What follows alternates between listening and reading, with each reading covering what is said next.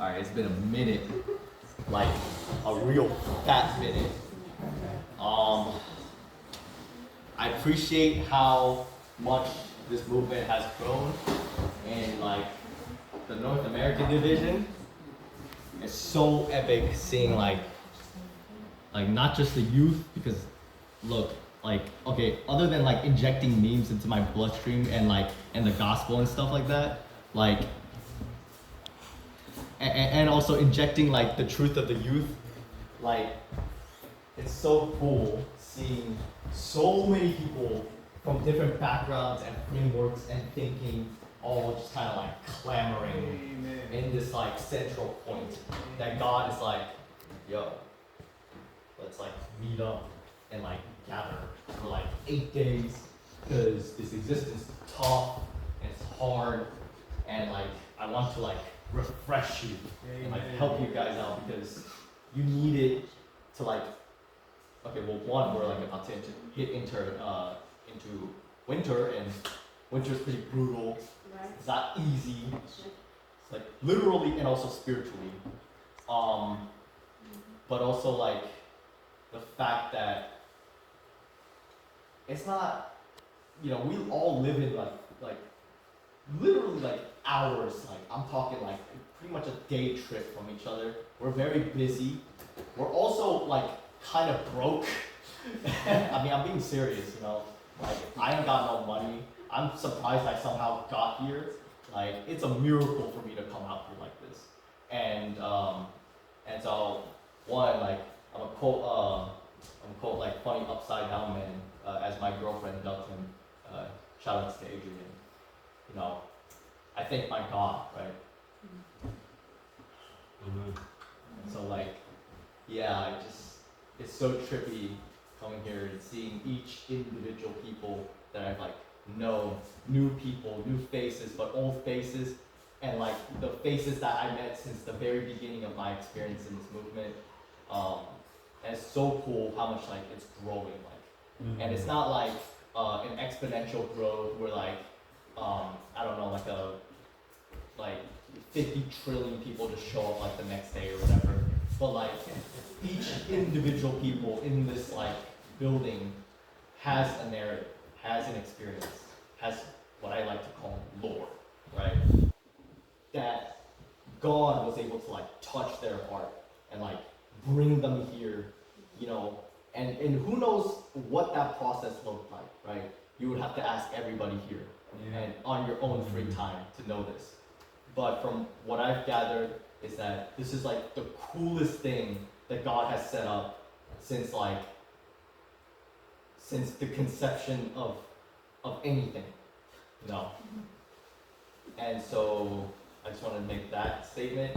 Shout outs to all of the ministers. Shout outs to Tim for like fiddling with that equipment.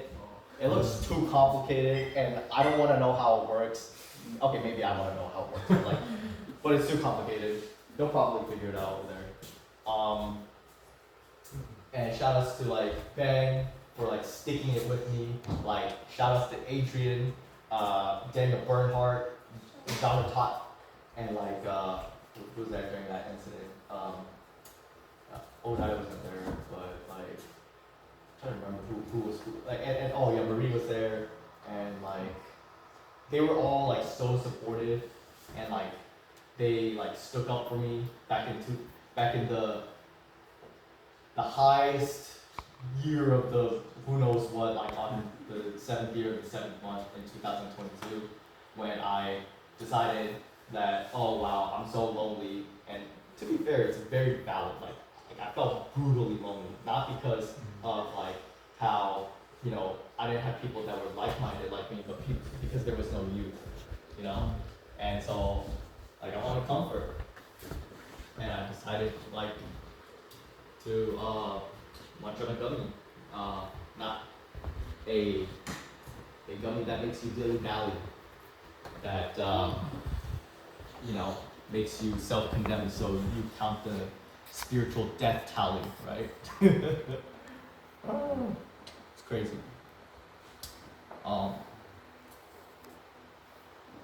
And so like the fact that like this movement's message was exerted through like the ministers at the time.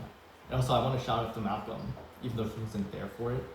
But I do actually know he was there, but like he kind of like left because he was really busy, things like that. But like for housing me when I was going through my freak out or whatever.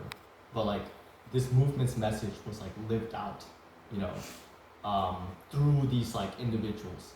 And it was like during Talking Rock, it was very tiny. Like there weren't that many youth.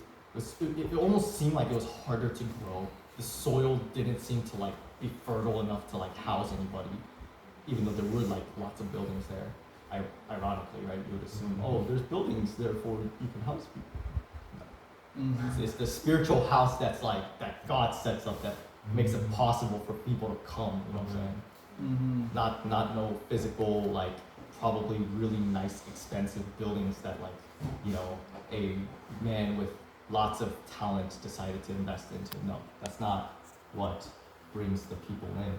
It's the spiritual housing that God sets up in our heart that allows us to host human beings that are broken and that need change and that need growth. Amen. So like, I was blessed by that experience, and so for me, like, it's kind of like you experience that, and it has to go out somewhere. So then, I've been blessed to pursue my ministry on the internet, and for a good portion, it felt like I was literally in a wasteland because like, I would share and like, yes, I would have like cool interactions here and there, but like, it's just like takes too long. This is so stupid because like, I'm like, it's taking too long. Why is it taking too long? And eventually, like as God continues to change my character, as He like lets me grow, I realized why. Like I was, you know, why they weren't coming is because I wasn't ready, right? But during that time, like shout outs to Darren and Danny, and like anybody else who would pick up my phone call when I would spam call them, because they were kind of like my lifeline, spiritual lifeline. Because without them, I probably would have caved like this, you know what I'm saying? And the mic didn't need to pick that up, but I really do have a loud snap. Okay, so yeah, like I would have caved in like that, and then, but because God like saw that it was necessary, it's not just an accommodation thing. It's to impart an important experience that I needed, so that I can like impart that to someone else, and that someone else can do that for others, and et cetera, et cetera, et cetera. So yeah, and it helped me grow, and yeah, like I got fired for peacekeeping that one time when I used to work at a hair salon, and when I used to work at a bagel shop, like I would still like scrounge up whatever money I have to come here, or like, you know, or like when I was like working at a chiropractic / acupuncture clinic, like trying to negotiate to like come out here, like, and also now I'm like a massage therapist student trying to like negotiate to come out here, knowing full well when I get back I'm gonna have so much work to do, because it's like the work that you have to do, like the makeup work, they just made it excruciatingly annoying to get through, but it's because I don't know, you have to make up hours or something. But it was a worthy sacrifice,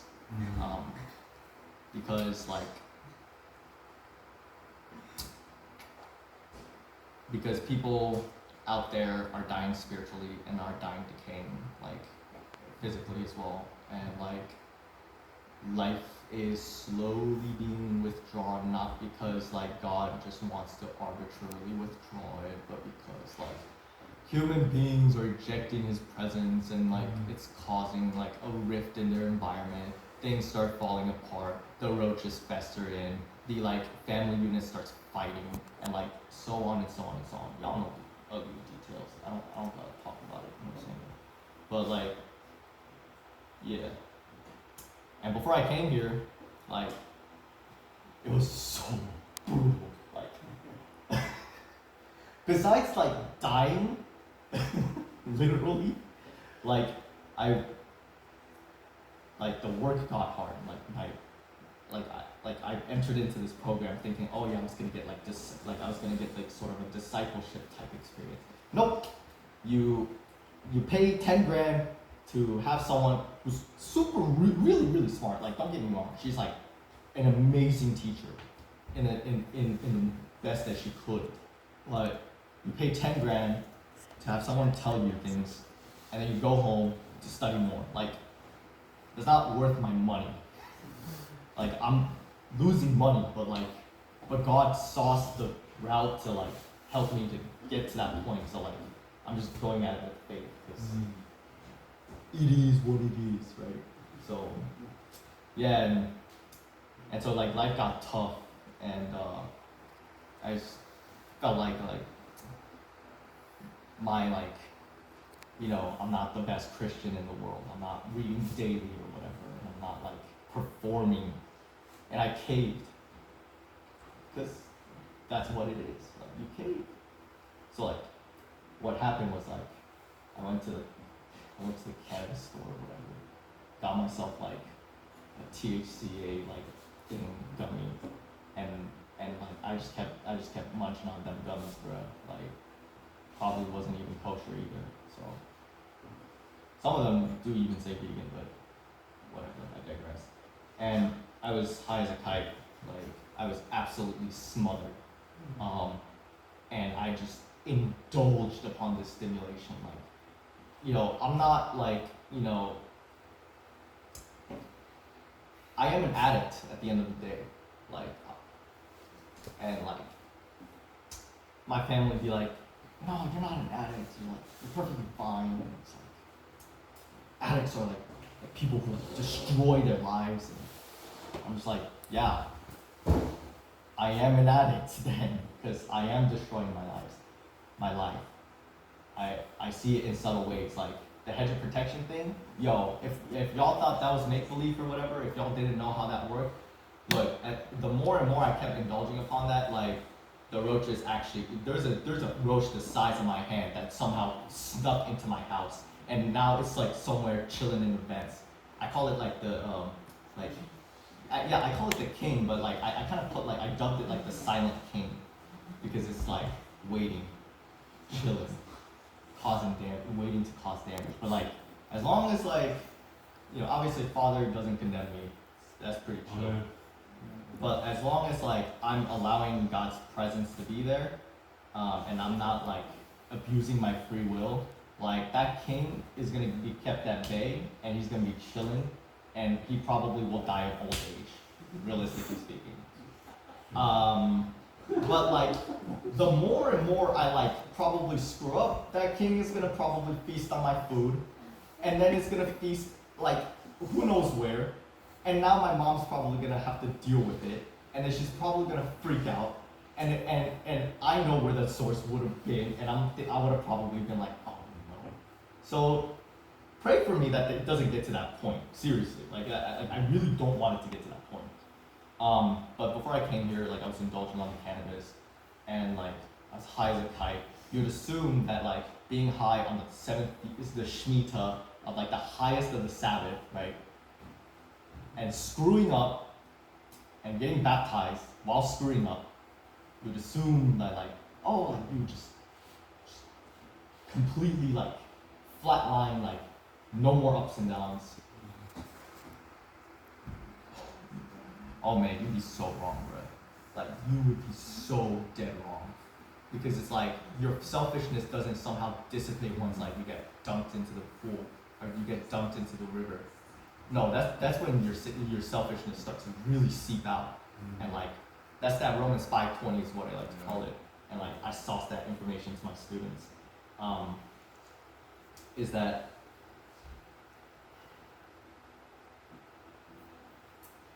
that going through the Romans 5:20, my sin abounds, and it's always either like every prior to a feast or whatever. And even my mom called. It was like when Myron was about to come to my house, she's like, "Is everything okay?" Like, for some reason, like every time you go to these like events, like prior to that, everything is really crazy, and I'm just like, "Yes, mother, everything is perfectly fine," knowing full well It is not fine. Like, I'm deeply suffering. But I'm not trying to tell my mom, like, mom, I'm literally going through like the most painful experience of my life, and I'm literally coping with it through drugs. Like, I'm not gonna tell my mom that. It's just she already like works her butt off, like working at like a tofu soup place, you know what I'm saying, and like basically breaking her forearm every single day, holding these stone pots and like, yeah. I'm not trying to like sauce more statements for her to like be freaking out over. I know I know she knows when I get high, like, but it's but the but like me being silent kind of helps her like to know at least God's got it under control, because she trusts in God, and God like will bless her and comfort her.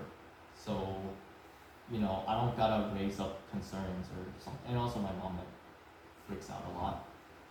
I come from a single parent background. I'm broke, like I'm split, My pops is on the other side of the world. He doesn't even answer my messages. Like, I mean, he used to when I was like not 16, like 14 or whatever. But like, I don't know what he's doing. My aunt's like, oh, your dad's busy, whatnot. I'm like, look, I get it. He's like, Japan sucks when it comes to like the workforce. So like, I would assume he's busy, and also he probably had like he had like other wives that he had to like, he remarried because like his first marriage failed, so he probably felt like dishonored to like, like make up for it. What a performance hell. So I get it. I get why my dad doesn't message back. But it'd be cool if he did. You know what I'm saying? Keep praying. For sure. So, anyways, like, where was I? When you yap too much, you kind of forget what you're saying, especially the fact that I have ADHD. And on that note, yes, I also have ADHD. Like, I discovered at age 24. It sucks. I mean, it's cool that I have the knowledge to work through it, but it sucks the fact that my brain don't brain in, you know what I'm saying? Like, but God works with it. Like, Dan and I, we joke about it. We're like, yo, Dan's like, boy, I tell you, boy, you a Seventh-day Adderall Adventist now. And I'm like, yeah, boy. But like, he is pretty concerned because I'm on Adderall, so he'll be like, dude, I watched the documentary. I'm like, bro, you gotta trust God, or like trust me on this, man, because I'm regulating, and it's actually like practical for my situation right now. And he's like, he feels so anguish and heart. He's like, yo, promise you'll quit like at the end of it, like when you're done with like all your school. And I'm like, bro, like, just chill. Like I'm like learning how to be an adult, and like I know how to like adjust myself, or like I'm trying to learn how to adjust myself.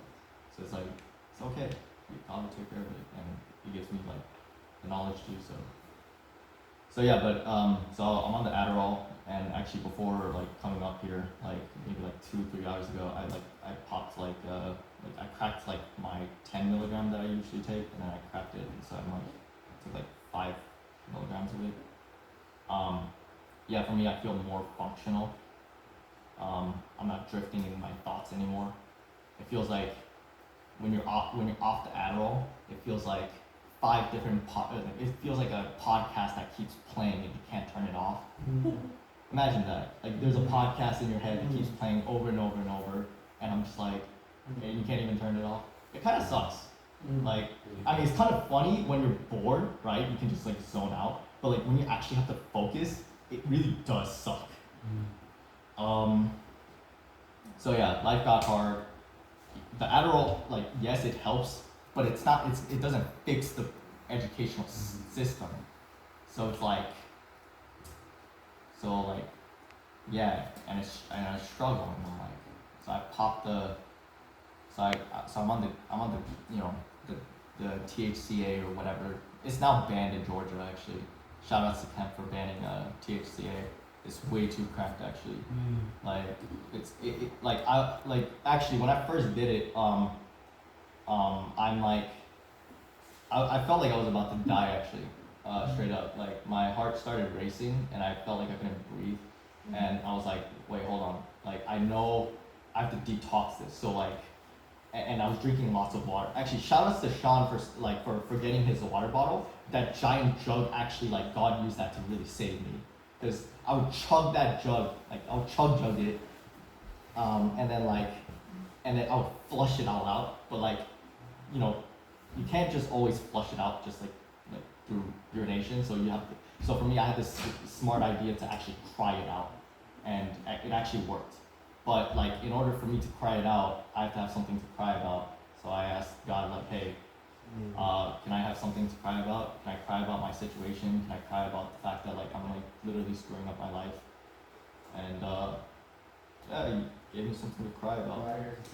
Tears. Yeah, my homie knows. So yeah, I cried about it. Felt way better. Felt like all the toxins got flushed out. And I felt like I could really function. So yeah, but like, you know, you would assume, oh yeah, like after that, okay, no more, right? No, I went straight back to it. This time I got smarter and I was like, okay, let me take like a tiny speck. And yeah, and then I indulged myself, and Ben mentioned like, oh yeah, like we have phones and create stimulation and lust problems. Yeah, well, yeah, pretty much as Danny says, ganja is like the modern day like, you know, pagan idol. She's like a seductress trying to like lure you in, waiting for you to like fold so that she can seduce her with her like beauty, knowing full well that Her steps lead down the hill. yeah, and your like mind deteriorates as you're like destroying it, and all the dopamine that's flooding into your brains like completely like creates a soulless energy type experience, and it sucks. Okay, so anyways, life sucked not life sucked. Existence on this planet sucked, and then life is good. God bless me through it all. I was able to call up like who did I call up? Oh yeah, what's up? Some different homies. Yeah, some different. Actually, no. During this time, it's interesting. I have students now. Like I have people I teach on the internet, and I called up Myron, and shout outs to Myron over there. I called up Myron, and I like dropped the most cracked out theology that I inherited from all of you guys and Adrian, and then only to say, so yeah, I'm high as a kite. Do you condemn me? And what'd you say? I forgot. It was probably something along the lines of like, no, I don't. Okay. Oh yeah, I quoted the verse from like Jesus, like when he was like dealing with the woman caught in adultery, and like and then I like and then he quoted that, and then like he quoted that verse like, neither do I condemn you. Like sin no more. It's rough. It's so rough. But yeah, like even in my like own deficit, like I was still teaching, and it's like you think to yourself like, no, you want to be like at your tip top shape and like still teach people, because you're gonna teach error and things like that. It's like, yes, I'm high, yes, I'm like not sober, but there's still like an ounce of me that is still conscientious and sober enough, and God still works with that. Yeah. I'm not condoning what my behavior. I'm just saying like how it is, you know. I'm just describing my experience. And obviously this happened, and then later to find out, oh, like life is also falling apart, and the whole channel blessing thing is actually like real. I mean, I already knew it was real, but I was definitely experiencing it. Sophia had this like job interview, and then like it completely caved in. I was high as a kite. There was like a whole shooting that happened in Georgia, in Winder, like not too far from me actually. And I'm not saying like, oh yeah, I'm the one to cause this or whatever, because that makes me sound so egocentric. But I feel like had I not done that, maybe like there would have been more presence available. I don't know. And apparently there was like a biolab that exploded and like shot up like chemicals into the air too. And like I think it was like 6 o'clock, and it was like literally like the night before I got high, and I'm just like thinking to myself, man, like maybe doing this kind of like causes the land to go crazy a little bit, just a little bit. You know what I'm saying? There's a tornado and whatnot, and so like as like Myron's visitation was like slowly approaching closer and closer and closer, I was like, and this was like around Atonement, you know, I called Obadiah, we talked, all of the details are probably logged in heaven, like I'm asking people to log my life, but all I remember is like him saying, hey, just like take your like sins to the feet of Jesus and he'll take care of it or something like that. To the altar. So then that happened, and obviously I for atonement and also the Sabbath I was not high, but then like once atonement ended, I did get high a little bit, and then like, and this was like a day prior to like Myron's visitation. Myron was supposed to come on Tuesday, but then he ended up coming on like Wednesday or something, and I think it was providential that happened. Because like, yeah, and I like ate the remainder, threw it away, threw the wrapping away, and like looked at myself in the mirror and like was like, yeah, his parents actually like are seriously worried, and I'm being irresponsible by like consuming these copious amounts of drugs, and I don't know who Myron is like, or nor what his parents' standards are, but I can only imagine if you come from like the Caribbeans, specifically Jamaica, and you hear that someone is inviting you to come and they're like high as a kite, you're not gonna really trust them. I'm not gonna lie. Like as a parent, it's really hard to trust them. So I like was like, yeah, let's not do this. So that happened, and Myron showed up, took a deep breath, greeted him, and then like throughout those days up and to now, I've been pretty sober. Yeah, like he's been here, and I provided him an experience that he's never experienced. You know, I kind of like literally ripped him out of his universe and brought him into mine, and like showed him around. Well, God kind of ripped him out of his universe and then showed him around mine, and it was an experience for him. So yeah, and then we came here, and on our way, like we got consecutively hit by like 2 different vehicles. I was able to bless them with like Spanish literature. They were all Hispanic, and like the first guy, I was able to bless him with like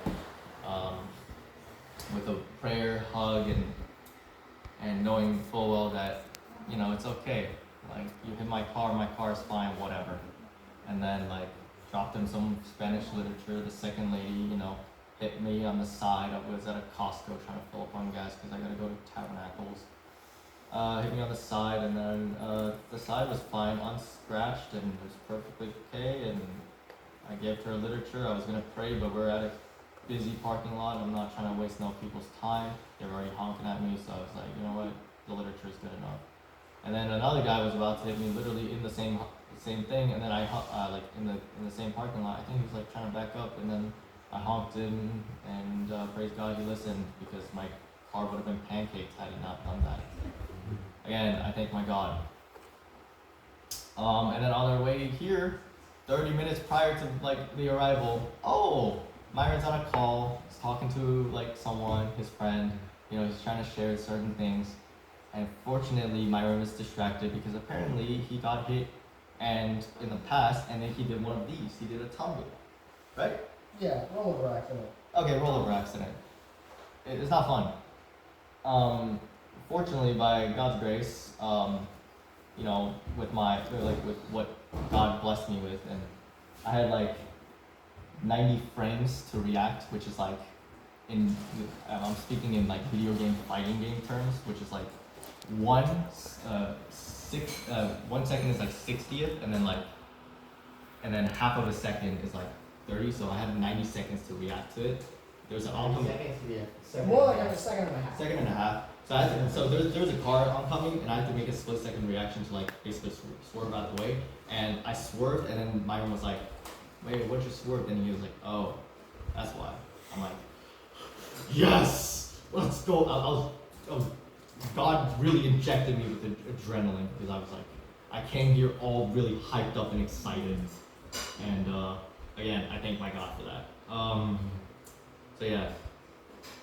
Anyways, Myron, get over here, bro. Okay, give me a sec. I gotta do something like So, yeah, throughout my time here, it was like a growth experience, and it felt like even though I came here in a short span of days, like I grew a lot.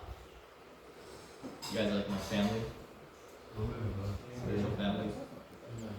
Y'all are so chill. Yeah, love you too, man. Love you too. Yeah, like I came here and I learned a lot again. Like I always do. I always learned a lot. And you know, it's kind of like a little bit tough to live in this world, but everybody here knows what it's like. Anyways, you want to share your experience? I'll try. Okay. You're gonna have to send me whatever like is on there. Cause my phone is like doing a funny thing. It's straight, don't about it. Alright, cool. Yeah, I'm probably gonna blank for a minute. Woo, Myron!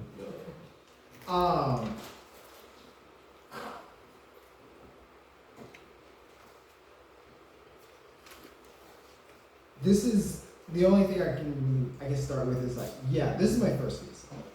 Here's been like, I guess, hyping up the feast for practically like forever, and like calls that we've been on and whatnot. Constantly asking like, you know, when you're pulling up to the feast, when you're pulling up to the feast, when you're pulling up to the feast. And it probably wasn't until like, I guess maybe 2 months, probably longer, before like we started actually like making like a plan, like, oh hey, we can actually do like X, Y, and Z 1, 2, 3 to make sure that I can get here. And I'm pretty sure like someone in here said it before, but like, you know, the week before, like the time leading up to the feast is like rough. Like I remember I told my dad, who I'm living with, about it, and like immediately it was a thing of like, you know, I don't know this person, like I haven't met Hero before in person before. What else?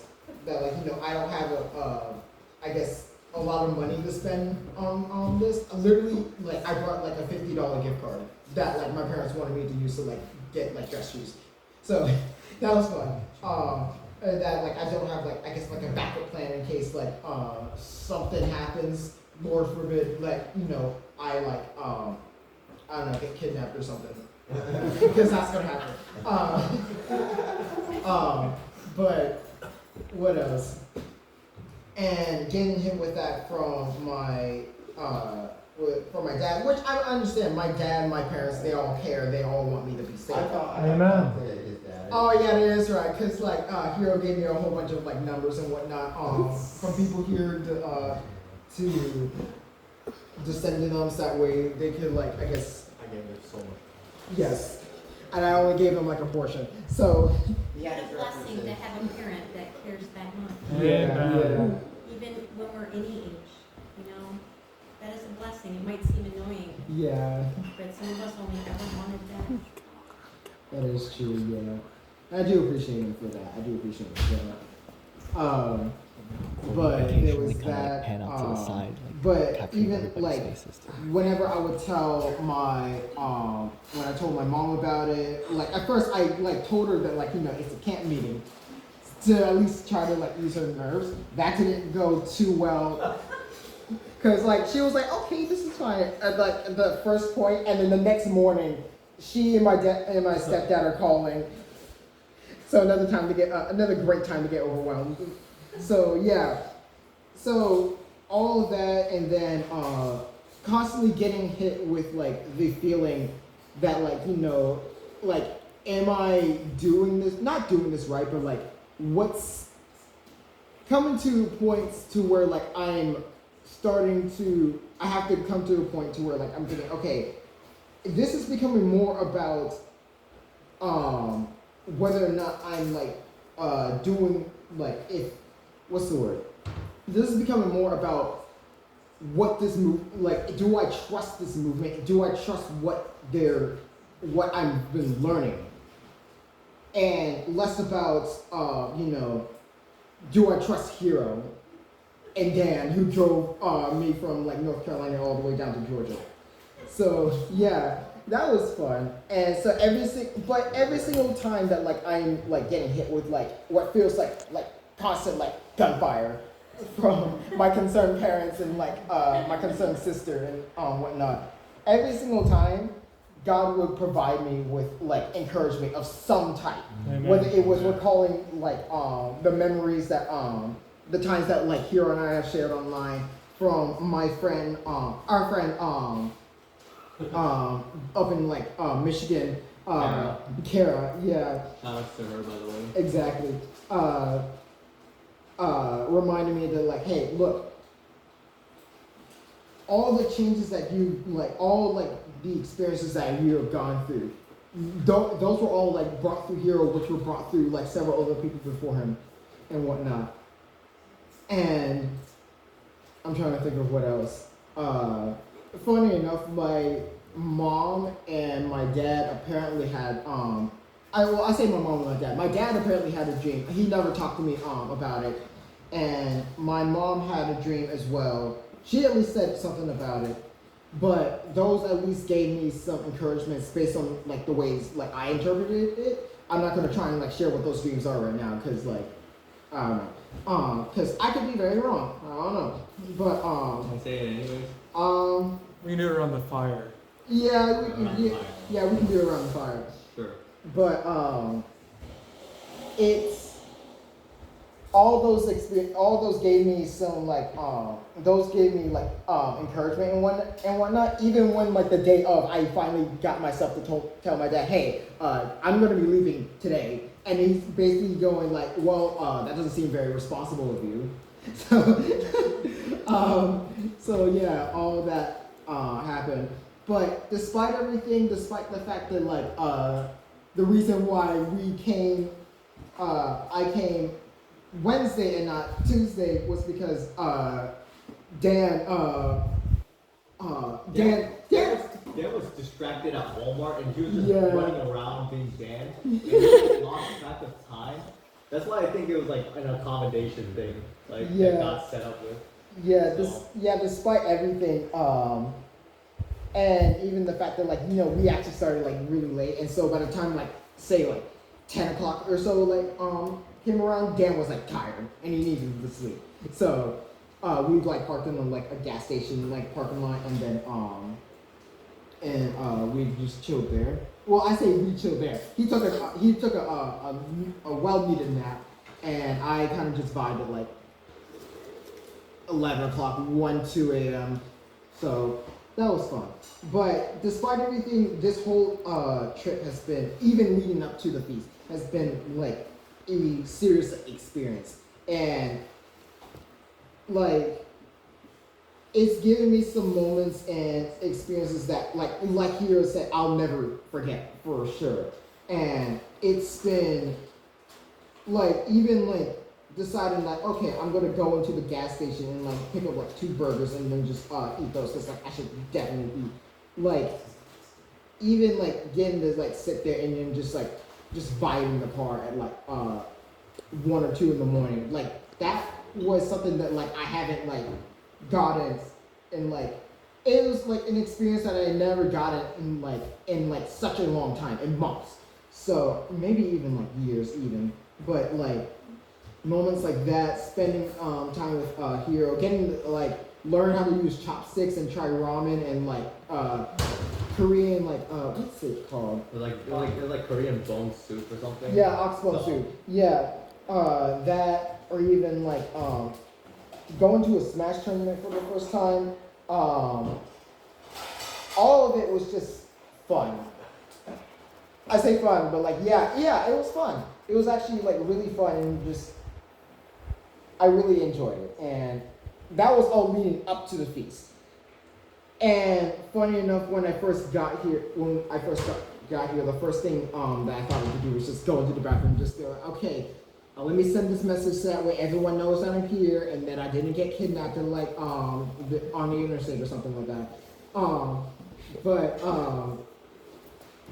it's interesting because it took despite all like I guess the inconveniences to like I guess a city kid, basically suburban city kid, despite all the inconveniences and whatnot, this being at the feast has been really relaxing. It's been really fun. Now, I don't know about fun. I keep saying fun, and it feels like it's not the right word to use. Not to say that it wasn't fun. It was fun. Just say it was fun. But like it's been like really relaxing, and like I was like sitting at the table and I was thinking about it, and I was like, yeah, like it kind of actually for once feels like home.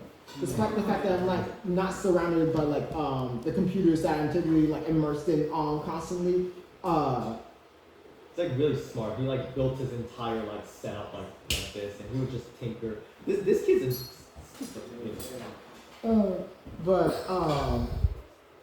Yeah, despite the fact that like it's been like a really great like breakaway from like everything, and like for once, despite the fact that like it's taken me some time to like I guess warm up to people, like, and even now I haven't like I guess warmed up to everyone. Like for once, it actually feels like I'm not okay. For it feels as if like this is home, and like the way Hero would describe it, like would describe like the feast and what it was like. I figured that like I guess it's like something like a taste of heaven, so to speak. And as one person said, they're like, yeah, it really is a taste of heaven, so to speak, a sample of heaven, so to speak. A limited edition trial of heaven. Basically. Yeah.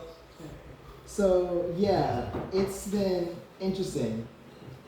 So yeah, despite the fact that like say I'm like doing something like this, like twisting my hair constantly. I still don't know why. I still don't know exactly why I do it. Like rub my hands above my head. Yeah. But yeah. So I don't know what else to say. Thanks. Amen. Praise God. Glad to have you with us, brother. You're a part of the family.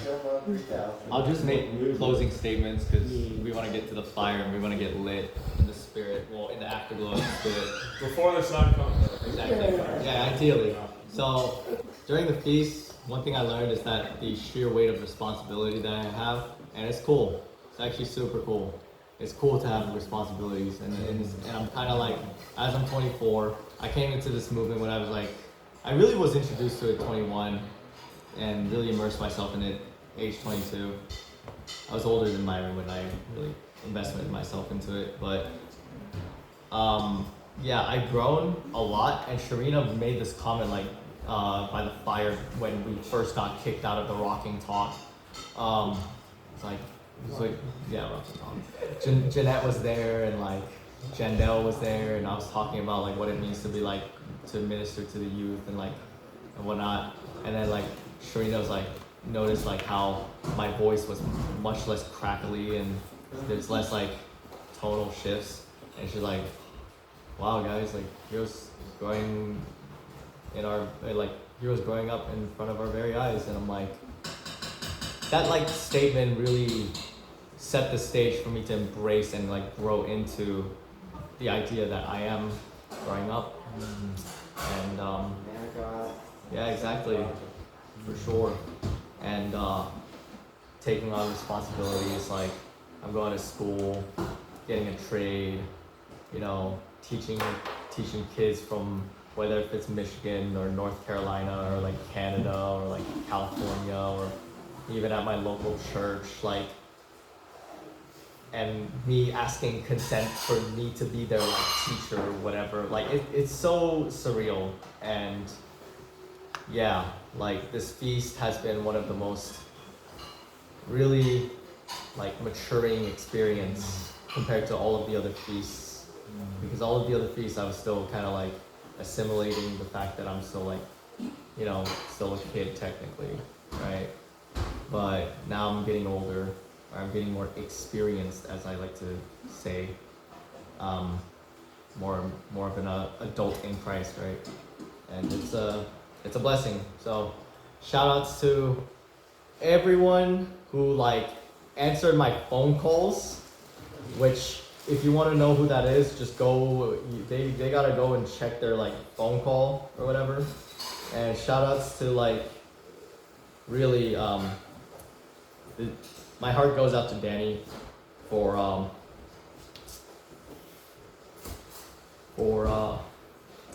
heeding to God and tolerating me, even though I know full well there are times where he's like super annoyed and I would still want to press his buttons, and even though he would still blow up on me, he'll still be chill enough to like respond to me.